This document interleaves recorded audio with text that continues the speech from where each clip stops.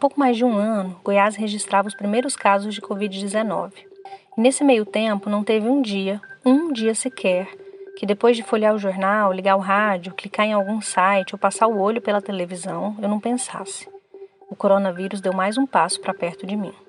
Goiás ultrapassou essa triste marca de 10 mil mortes pela Covid. São milhares de casas que se esvaziaram, milhares de corações partidos e muita saudade. É como se a população inteira de uma cidade do tamanho de Araguaiânia tivesse perdido a batalha para essa doença. Agora, se eu, uma mulher jovem e sem nenhuma comorbidade, como diabetes, obesidade ou hipertensão, já ando tão preocupada, imagina só como está a cabeça de quem por algum motivo tem mais chances de ser contaminado. É o caso de quem luta contra o câncer e está no grupo dos imunodeprimidos. O que quer dizer que a resposta imunológica, a defesa do organismo daquela pessoa, não está tão eficiente como deveria. E aqui a principal causa é a quimioterapia, que na intenção de eliminar as células doentes, acaba atingindo também as sadias, inclusive as da medula óssea, acertando em cheio a defesa do paciente contra infecções. Nesse último ano, trabalhando como jornalista no hospital oncológico, eu vi e até pude sentir de perto o medo e a ansiedade de quem não conseguiu obedecer à quarentena à risca. Não pôde ficar em casa e não teve outra alternativa a não ser colocar a máscara, abastecer o frasquinho de álcool gel e marchar. Às vezes segurando na mão de alguém, outras vezes sozinho, por conta da redução da quantidade de acompanhantes, limitando a apenas uma pessoa por paciente.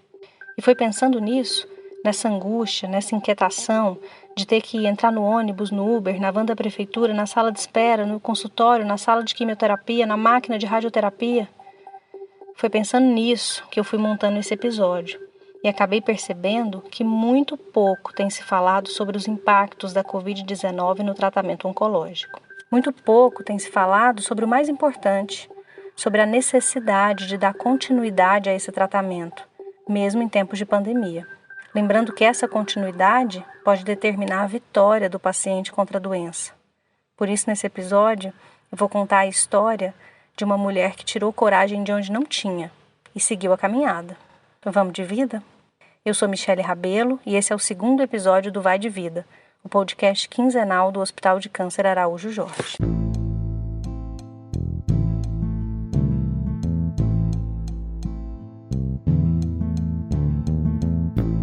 Com uma média móvel que já chegou a 125 mortes por dia em decorrência da Covid-19, Goiás ultrapassou a marca de 450 mil diagnósticos positivos para a doença.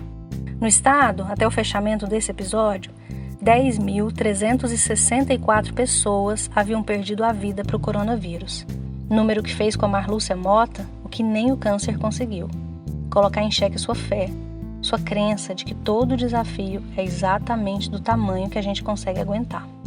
Como a Marlúcia só está saindo de casa nos dias das sessões de radioterapia, eu conversei com ela por telefone e o resultado é essa ligação meio abafada. Malu, como é conhecida entre os amigos, tem 45 anos e trata um câncer de mama desde janeiro de 2020, quando chegou aqui no Araújo Jorge. Ela descobriu um tumor de 6,5 cm, precisou passar por várias sessões de quimioterapia e radioterapia e fazer a retirada completa do seio esquerdo. Ela me contou isso com detalhes, passou por toda a caminhada e lembrou que nunca sentiu medo. Medo mesmo veio só depois que ela ouviu uma palavra que começava a ser dita por todo canto: coronavírus. Hoje faz um mês que o Brasil registrou o primeiro caso. E são quase 3 mil agora, segundo o Ministério da Saúde. 482 de ontem para hoje. Os mortos são 77. O registro de 20 mortes num único dia é o maior até agora. Malu me contou que a possibilidade de ser infectada e perder a vida para a Covid depois de ter lutado tanto contra o câncer foi como se o medo tivesse segurado ela pelo braço e dito: agora eu vou caminhar com você, para cima e para baixo. Foi terrível. Eu fiquei muito apavorada, eu fiquei muito assombrada, mas ao mesmo tempo, como eu ainda tenho um apoio psicológico no hospital, foi mais fácil de lidar, porque todos os meus medos, as minhas inseguranças, quando eu chegava no consultório com a psicóloga, ela sempre me fazia ver, não desmerecendo e não entendendo a gravidade da pandemia, mas era algo muito novo para todo mundo. Então estava todo mundo na mesma situação. E por a gente ter grupo de risco, que num primeiro momento a gente tinha essa coisa muito forte de grupo de risco. Hoje eu acredito que a visão já é outra, que hoje todo mundo é grupo de risco. Mas logo no início da pandemia, por ser algo desconhecido, a gente imaginava que os idosos e as pessoas com doenças graves, doenças crônicas, eram os mais arriscados de pegarem a doença, né? Hoje a gente vê que a realidade não é essa, que a doença hoje já está matando crianças. Então, assim, foi terrível. Nos primeiros dias eu quase não queria sair de casa e foi complicado. Quando eu ia no mercado fazer alguma compra, eu já ia morrendo de medo e fiquei a louca do álcool gel.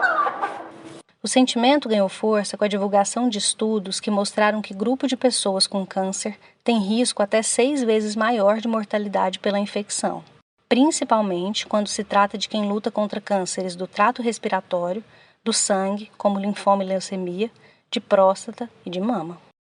Isso sem contar que, para pacientes oncológicos, um diagnóstico positivo para a COVID significa a suspensão temporária do tratamento. Para entender melhor esses riscos, eu fui até o setor de infectologia aqui do Araújo Jorge e conversei com a doutora Cássia Godoy.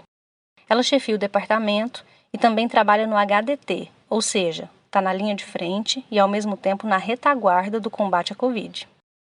Ela me falou sobre as consequências da pandemia no tratamento oncológico, mas também fez questão de contar um pouco sobre o que o hospital está fazendo desde o ano passado. Desde o princípio, nós montamos um comitê de Covid dia 13 de março, acho que foi o primeiro do Centro-Oeste. A nossa grande preocupação era manter a unidade Covid-free, livre de Covid, para que os pacientes que necessitassem de qualquer diagnóstico ou terapêutico com relação ao câncer tivesse isso como prioridade, tivesse um espaço livre de Covid para poder priorizar o seu tratamento oncológico, né? Esse comitê interno decidiu, por exemplo, que a quantidade de acompanhantes tinha que ser reduzida e que os atendimentos teriam que ser organizados em blocos de horário, o que tem ajudado a evitar a aglomeração dentro do hospital. Por conta desse mesmo comitê, o Araújo Jorge também implantou uma rotina de segurança na entrada do prédio, onde ocorre uma pré-triagem, com medição de temperatura e entrevista na busca por sinais ou sintomas relacionados ao coronavírus. Além disso, desde março do ano passado, nenhum paciente entra na emergência ou no centro cirúrgico da instituição sem fazer o famoso RT-PCR, exame realizado no próprio Araújo Jorge e que detecta a Covid-19. A doutora Cássia me explicou que as medidas foram tomadas para que ninguém deixasse de ir ao hospital, seja por medo ou por excesso de precaução, já que quem luta contra o câncer está muito mais suscetível ao coronavírus. Por que esses pacientes são susceptíveis? Porque a imunidade baixa favorece que eles recebam qualquer quantidade de vírus, desenvolvam a infecção e possam ter risco de ficar mais sintomáticos e mais graves, né? Inclusive com maior risco de adoecimento, de necessidade de oxigênio e de óbito, né? De óbito. E também uma outra coisa que pesa é que esse paciente, por ter uma imunidade diminuída, ele pode prolongar o tempo de eliminação do vírus, né? Enquanto a gente normalmente colhe o teste de RT-PCR por Covid na garganta com suave, entre o 3º e o 5º dia do início dos sintomas, porque depois disso pode ser que dê um falso negativo, não encontre mais eliminação de vírus, nós temos pacientes eliminando vírus por 30 a 60 dias. Né, pacientes de câncer, que são os pacientes que eliminam vírus prolongadamente. Outra coisa é que por não ter essa imunidade para controlar o vírus, a gente pode ter maior adaptação do vírus em se replicar e sofrer mutações e variantes, né? Então nós temos aí descrições agora há uns 15 dias na Inglaterra, no Reino Unido, de pacientes de câncer que estavam com várias variantes. Porque o ideal é o seguinte, que o paciente que desenvolva Covid ou diagnostique Covid, que ele vá acompanhar a situação da Covid e vai ter que suspender o seu tratamento para ver qual vai ser a evolução, né? Para ver qual vai ser a evolução, uma vez que você manter a terapia dele, por exemplo, a quimioterapia, pode agravar a infecção viral, né? Para Malu, a chance, mesmo que pequena, de precisar suspender o tratamento foi como um alerta. Um sinal amarelo que não deixava que ela saísse de casa sem antes se paramentar inteira. Passou a ir ao hospital sozinha e sempre de Uber. Manter as mãos ainda mais longe do rosto e a determinação de vencer o câncer mais viva do que nunca. O meu medo era justamente isso, acontecer de ter que parar o tratamento, entendeu? Porque quando você sabe que você tem um tumor com um crescimento muito rápido, muito agressivo, crescendo dentro de você, o que você quer fazer? Você quer fazer o tratamento para ontem, para você tirar logo aquilo ali, né? E eu fiquei aliviada que o meu tratamento em nenhum momento foi suspenso, eu nunca perdi nenhuma consulta, nunca deixei de fazer nenhum exame. A única coisa que alterou foi assim, a maneira como a gente chegava no hospital, então era uma coisa mais reduzida, por questão de segurança mesmo, né? Mas o tratamento em si não parou e graças a Deus também nunca me veio na cabeça de parar o tratamento. Na visão da infectologista Cássia Godoy, essa determinação em não abandonar o tratamento é a atitude mais importante para quem luta contra o câncer em tempos de pandemia. Caso contrário, ela acredita que, num futuro bem próximo, o SUS pode ficar sobrecarregado, os índices de sucesso contra a doença abaixo do esperado e os cofres públicos bastante comprometidos. Por isso que a grande preocupação nossa de deixar a Covid free é garantir que as pessoas que vão fazer diagnóstico de câncer agora tenham acesso, né? Mas o que vai acontecer? A epidemia vai impactar antes mesmo do paciente chegar ao hospital do câncer. Porque as pessoas não vão procurar diagnosticar mais cedo, não vão tentar ficar mais em casa, né? Com medo de ir no médico, ou às vezes até mesmo junta com o medo de querer procurar alguma coisa mais grave, né? Então vão chegar para o diagnóstico num quadro clínico mais grave, um tumor mais avançado, estadio mais avançado, como você está falando, né?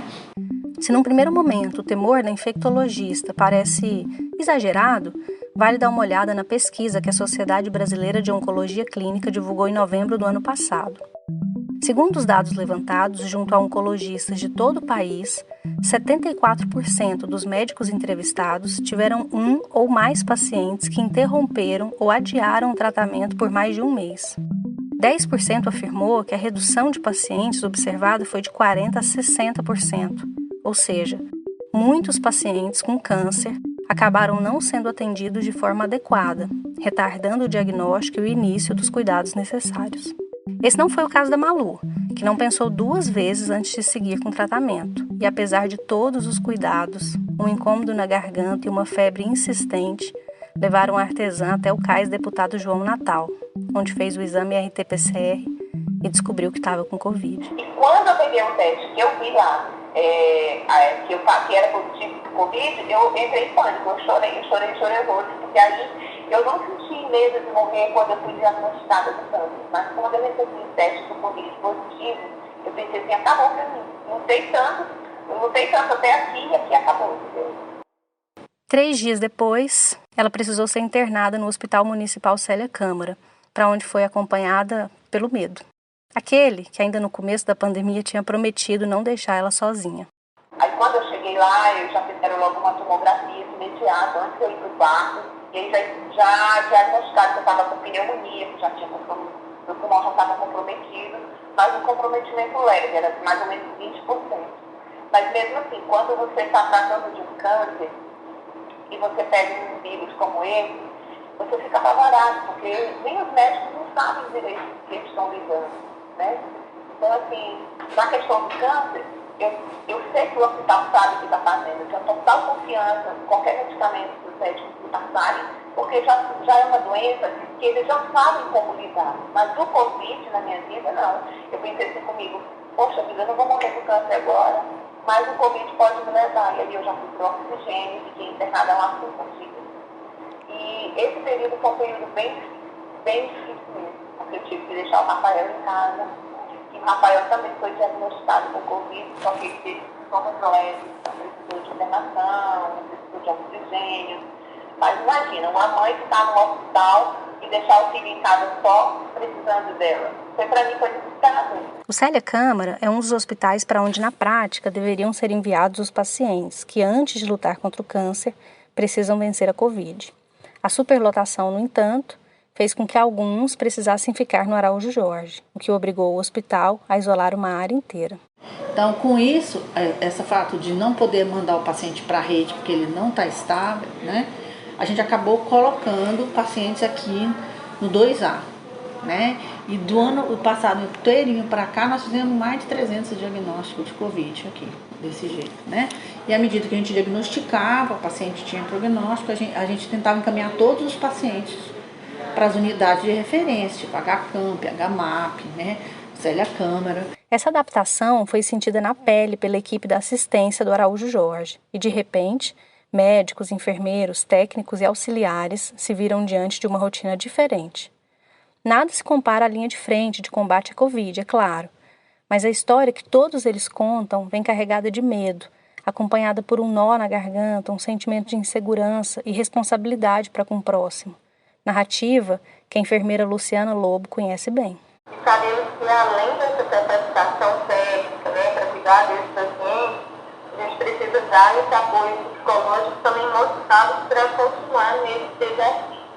Sabemos que muitos estão com familiares internados, alguns profissionais nossos perderam parentes bem próximos, né, como pais, avós, alguns parentes de primeiro grau, e isso realmente impactou muito na equipe.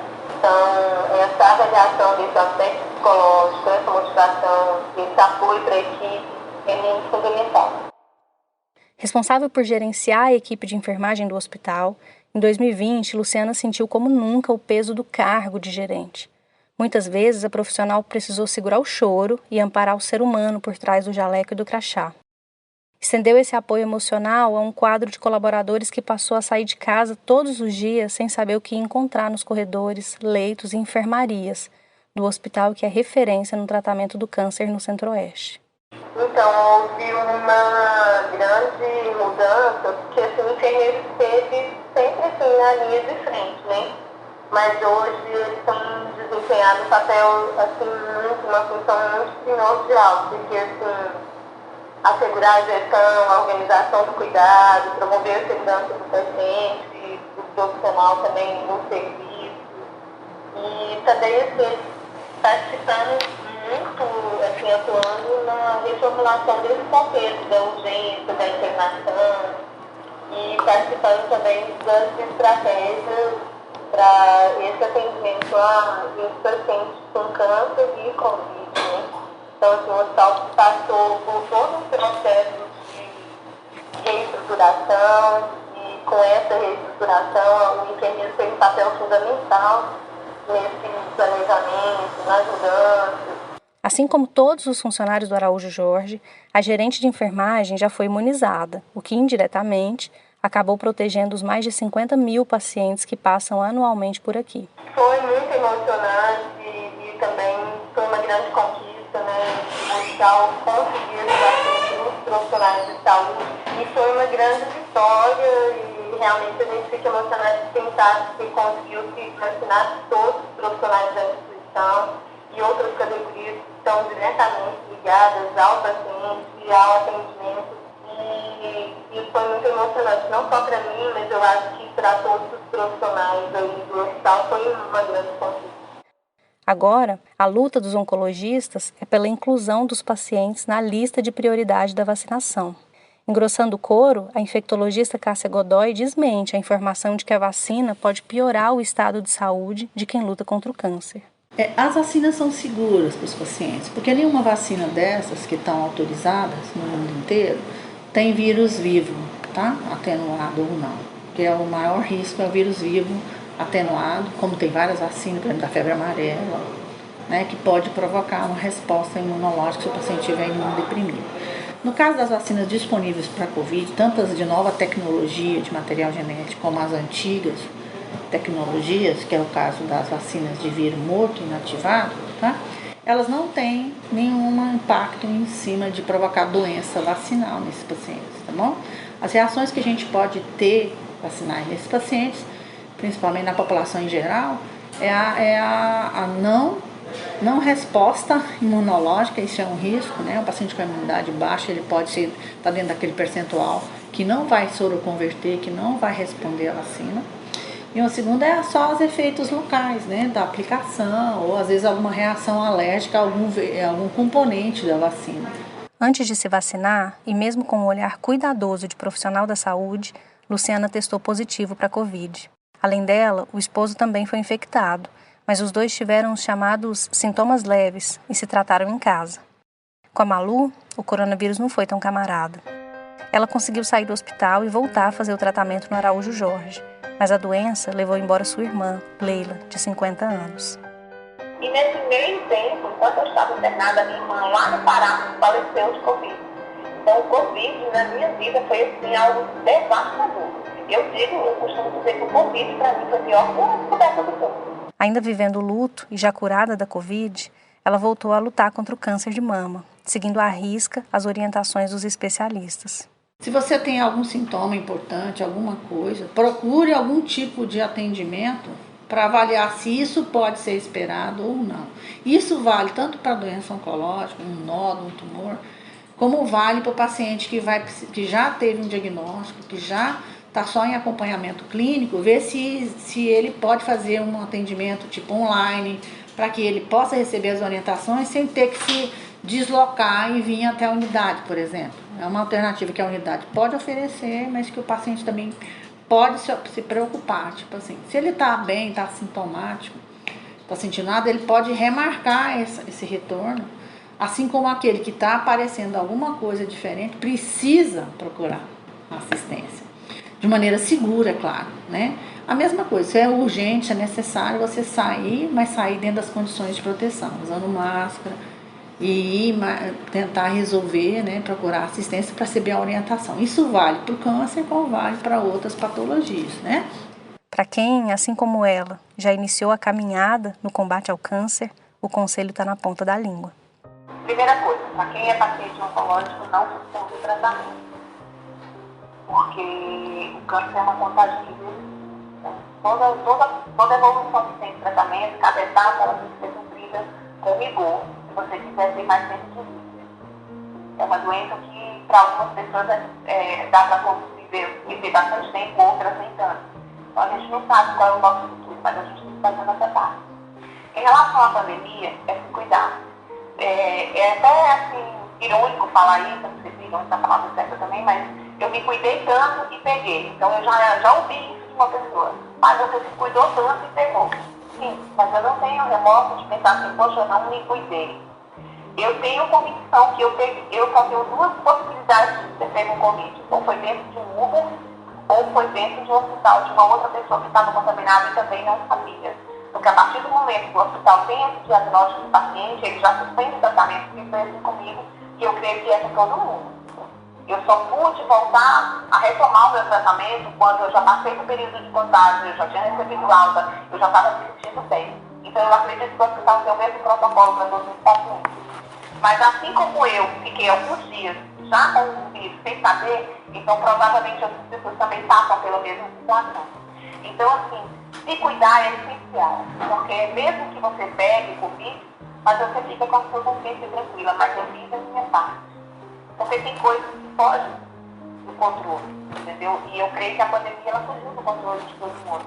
Mas se todo mundo tiver a consciência que não deve fazer aglomeração, que só deve sair quando é algo extremamente necessário, eu acredito que a gente diminui essa questão, porque as pessoas ficam brigando para estar na rua, brigando para fazer e acontecer, se aglomerar, fazer festinhas, levar a vida no oba-oba e a coisa está séria.